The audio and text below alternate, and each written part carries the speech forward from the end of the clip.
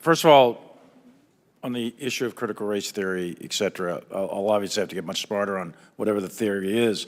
But I do think it's important, actually, for those of us in uniform to be open-minded and be widely read. And the United States Military Academy is a university. And it is important that we train and we understand. And I want to understand white rage, and I'm white, and I want to understand it. Well, tonight, the president and the Pentagon are defending the nation's top military officer after bombshell revelations that he reached out to China, fearing a war in the final days of the Trump administration. General Mark Milley, the chairman of the Joint Chiefs of Staff, is facing calls from some Republicans to resign after two veteran reporters wrote that in the tumultuous closing days of the Trump presidency, Milley secretly reassured the Chinese, "We are not going to attack." Milley secretly reassured the Chinese, "We are not going to attack." It's treason, then. Milley also warned senior military officials in January not to take orders from anyone unless he was involved.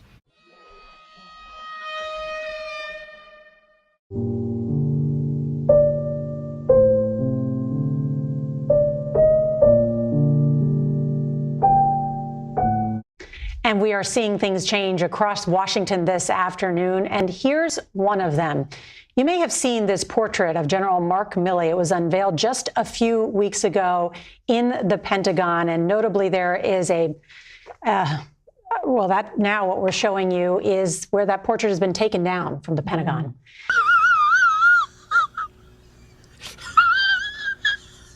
As Donald Trump came to power, we're told that the portrait of the former chairman of the Joint Chiefs of Staff was removed.